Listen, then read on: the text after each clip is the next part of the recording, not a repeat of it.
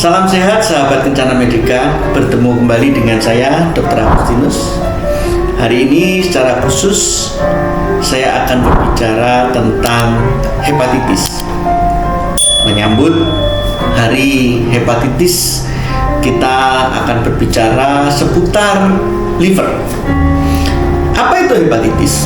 Hepatitis adalah istilah yang digunakan untuk penyakit yang ditandai dengan keradangan atau inflamasi pada sel-sel hati. Kita sebut hepatitis. Penyakit ini menyerang organ liver. Organ liver di badan kita termasuk salah satu organ yang paling besar, paling berat, terletak di perut sebelah kanan atas. Nah, organ liver ini fungsinya sangat kompleks. Sering ada yang berkata liver itu sebagai organ untuk detoksifikasi. Itu betul, tapi bukan cuma itu fungsinya. Banyak hal yang dikendalikan oleh liver, termasuk metabolisme lemak, metabolisme gula di dalam badan kita itu dikendalikan oleh liver. Juga betul sebagai proses detoksifikasi, proses untuk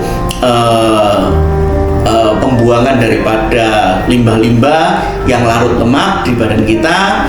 Nah, itu melalui liver. Singkat cerita, liver ini adalah suatu organ yang sangat penting bagi tubuh kita.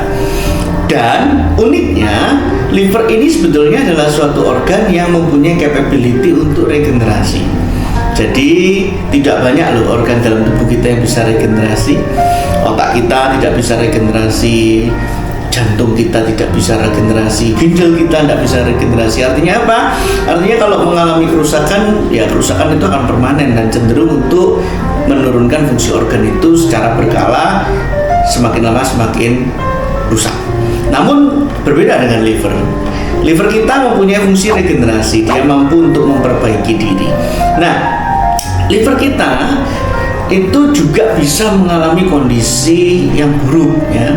Biasanya kita membagi menjadi beberapa kategori, namun yang paling utama, yang paling sering memang adalah yang pertama akibat gangguan metabolisme atau kita sebut dengan metabolic syndrome yang kita kaitkan dengan pola hidup. Terus yang kedua akibat infeksi. Ya, ada yang lain mungkin karena gangguan anatomi, kecelakaan misalnya, benturan atau ada batu di empedu yang mengganggu liver, sumbatan pada saluran liver atau kanker. Itu tidak terlalu banyak case-nya, tapi yang paling banyak memang adalah dua ini, yaitu karena proses metabolik, sama yang kedua adalah infeksi. Untuk metabolik sendiri kita bagi secara garis besar menjadi dua. Yang pertama kita sebut istilah yang baru namanya MES dan MAFLD, ya. Jadi apa itu MES? Yaitu Metabolic Associated Steatohepatitis, ya. Yang satunya adalah MAFLD atau Metabolic Associated Fatty Liver Disease. Nah, bedanya apa?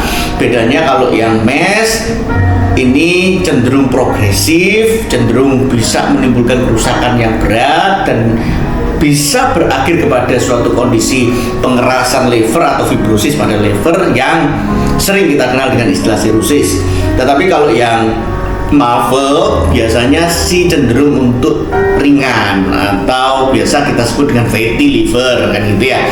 Nah, tetapi dua-duanya sama, disebabkan karena gangguan metabolisme, biasanya karena tingginya perlemakan di dalam darah kita atau trigliserid dalam darah kita. Nah, MES juga diasosiasikan dengan kondisi-kondisi metabolik lainnya seperti pada kondisi diabetes. Jadi ini termasuk salah satu penyulit daripada diabetes. Salah satunya adalah hepatitis jenis MES. Nah, Kalau yang kategori lainnya adalah yang infeksi. Sekarang ini virus hepatitis ada banyak, A, B, C, bahkan sekarang kalau nggak salah sampai G. Nah, namun yang populer hanya hepatitis A, B, dan C. Ini yang paling populer. Beberapa saat yang lalu hepatitis E juga cukup banyak, ada menyerang di beberapa area endemik. Tetapi ya, yang paling populer tetap adalah hepatitis A, hepatitis B, dan hepatitis C. Dan sekali lagi, sering terjadi kesalahpahaman di masyarakat yang mengatakan bahwa hepatitis A, B, C itu adalah gradasi. Jadi dari A dulu jadi B, terus dari B jadi C. Bukan ya. Jadi hepatitis A, B, dan C itu adalah berbeda dari jenis virusnya. Virus A, virus hepatitis B, dan virus hepatitis C. Dan ini bukan berarti kalau mau kena hepatitis C harus dari A dulu jadi B baru C. Enggak. Jadi ini karena situsnya berbeda. Nah, virus hepatitis A cenderung sifatnya adalah akut, tapi hepatitis B dan C seringkali kronis. Nah, penyakit hepatitis B dan C yang kronis ini kalau kita mengalami kondisi yang komplikasi, itu biasanya bisa mengalami yang namanya sirosis juga. Tetapi kalau penyakit hepatitis A biasanya jarang menimbulkan sirosis. Sering kita sebut hepatitis A ini adalah penyakit kuning, sakit kuning yang kita mengalami jaundice, matanya kuning, kulitnya kuning, kencingnya berwarna coklat. Nah, itu hepatitis A biasanya. Tapi kalau hepatitis B dan C seringkali tidak terdeteksi karena dia kronis. Misalnya nih penularan dari ibu kepada anaknya, atau karena hubungan seksual itu tertular hepatitis B. Kalau hepatitis C lebih banyak pada kondisi-kondisi karena pertukaran darah, misalnya transfusi yang emergency sehingga tidak ada pemeriksaan pada saat transfusi, ternyata ada hepatitis yang masuk, atau penggunaan jarum ya. Biasanya pada kasus-kasus narkoba ya, penggunaan jarum yang tidak steril yang diberikan pada beberapa orang, dan itu kemudian terjangkit hepatitis karena ada orang-orang yang menggunakan jarum tersebut yang terkontaminasi dengan hepatitis C. Nah, untuk hepatitis virus sendiri itu ada pencegahannya, ada vaksinasinya. Hepatitis A ada vaksinasinya, hepatitis B juga ada vaksinasinya, tapi sayang hepatitis C belum ada vaksinasinya. Jadi kalau hepatitis A itu karena sifatnya penularannya lewat oral fekal, lewat makanan.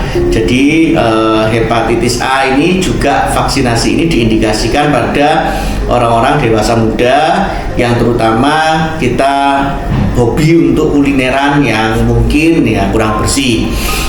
Jangan untuk hepatitis B, karena ini seringkali munculnya juga tidak bisa diduga. Kita sarankan untuk setiap anak-anak mulai sejak bayi sudah mendapatkannya, dan itu nanti terus akan diperbarui atau di booster ketika dewasa. Dan vaksinasi ini disarankan untuk tetap diberikan sampai dengan usia 65 tahun.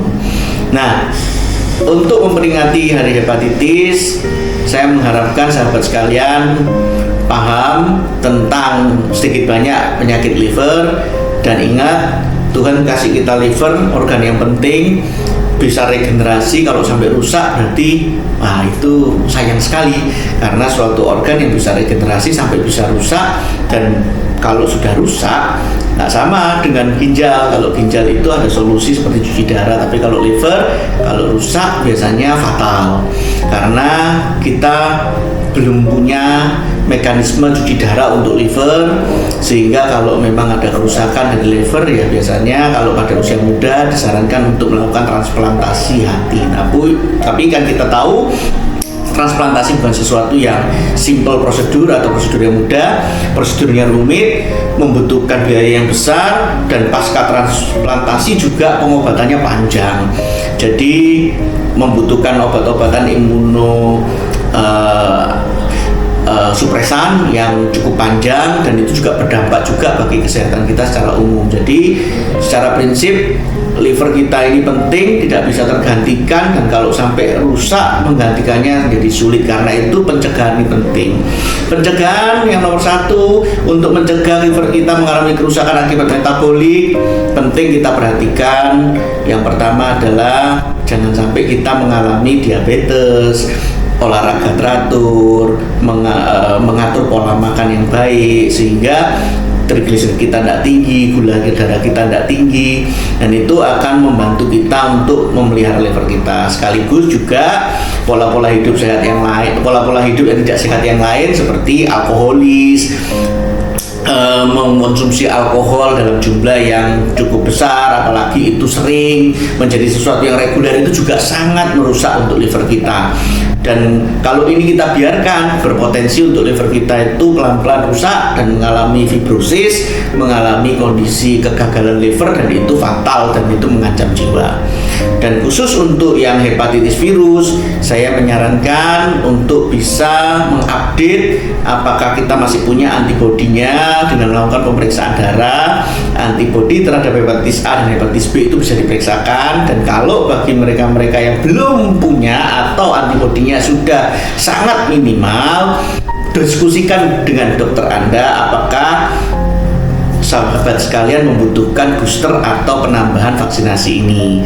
Mengingat begitu pentingnya organ liver ini untuk kehidupan kita.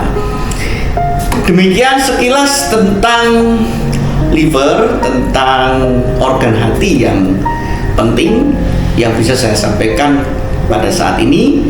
Dan sekali lagi, peliharalah hati kita. Selamat Hari Hepatitis.